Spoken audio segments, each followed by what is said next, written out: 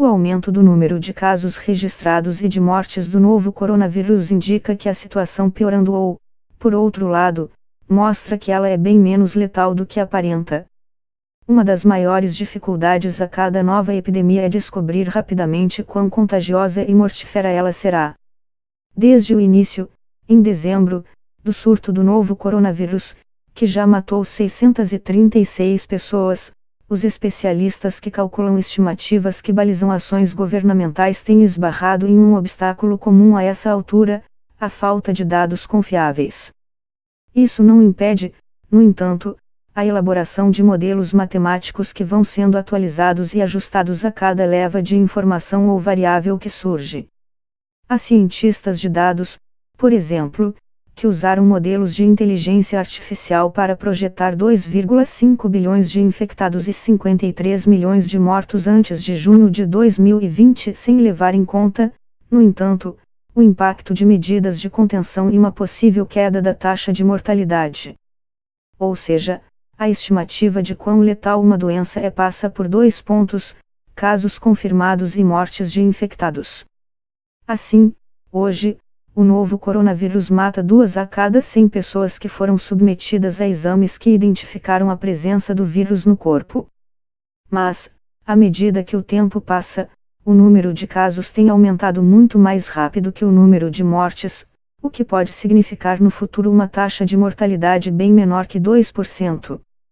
Numa situação como essa, na qual há tantas variáveis desconhecidas, é quase impossível prever com algum grau de precisão quando o número de casos chegará ao seu auge, afirmou Robin Thompson, especialista em epidemiologia matemática da Universidade Oxford, no Reino Unido. Neil Ferguson, especialista em saúde pública do Centro para Análise de Doenças Infecciosas do Imperial College, de Londres, afirma que, apesar da escassez de informações e de ruídos causados por subnotificação, é possível estimar hoje que milhares de pessoas estejam sendo infectadas todos os dias na China, epicentro do surto do novo coronavírus. E esse avanço dobra a cada 5 dias. Segundo ele, os casos registrados até agora, cerca de 31 mil, devem representar menos de 10% do número real de pessoas infectadas, apenas a ponta de uma pirâmide de mais de 300 mil casos. No fim de janeiro, Ferguson falava em quase 100 mil casos totais, enquanto especialistas da Universidade de Hong Kong apresentavam estimativas mais conservadoras, cerca de 40 mil. Todas essas estimativas se baseiam em diversos dados disponíveis, como o número de casos e mortes registrados e para quantas pessoas uma pessoa infectada é capaz de transmitir o vírus. Uma das principais características do novo coronavírus, ou 2019 COVID, é que ele pode ser transmitido ainda durante o período de incubação, entre 1 e 14 dias, quando a pessoa ainda não apresenta sintomas, como febre e tosse. E nem todo mundo que contrai o vírus fica doente. Estima-se hoje que cada pessoa infectada possa transmitir o vírus para entre 1 e 3 pessoas. Mas isso significa que o número vai crescer nesse mesmo ritmo até contaminar todas as pessoas do mundo. Projeções futuras dependem muito da eficácia das medidas de controle. Nós avaliamos que a epidemia dobra de tamanho a cada 5 dias no estágio atual, diz Ferguson. De todo modo, nos últimos 2 dias tem caído o número de casos divulgados diariamente. Mas especialistas dizem que isso não indica que a doença já tenha passado pelo seu auge e que o avanço do surto ocorre em ciclos.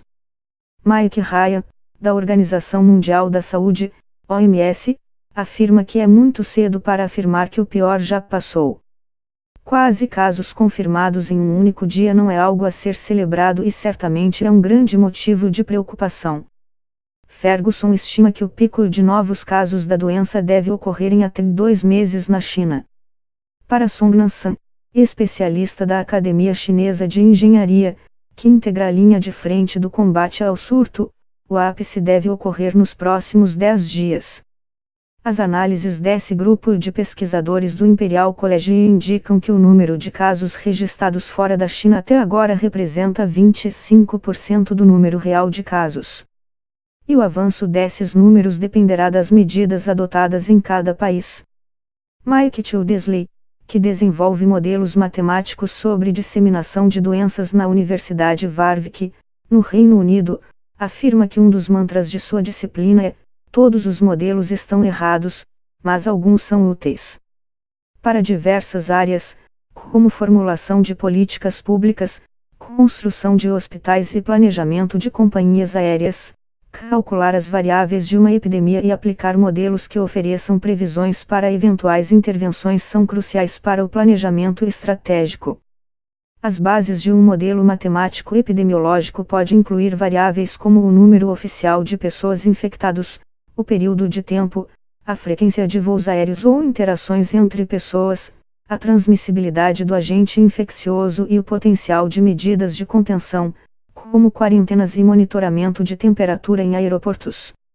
Essas são todas as coisas que nós, como autoridades de saúde pública, buscamos urgentemente saber, explica Joe Bresey, epidemiologista do Centro de Controle e Prevenção de Doenças dos Estados Unidos.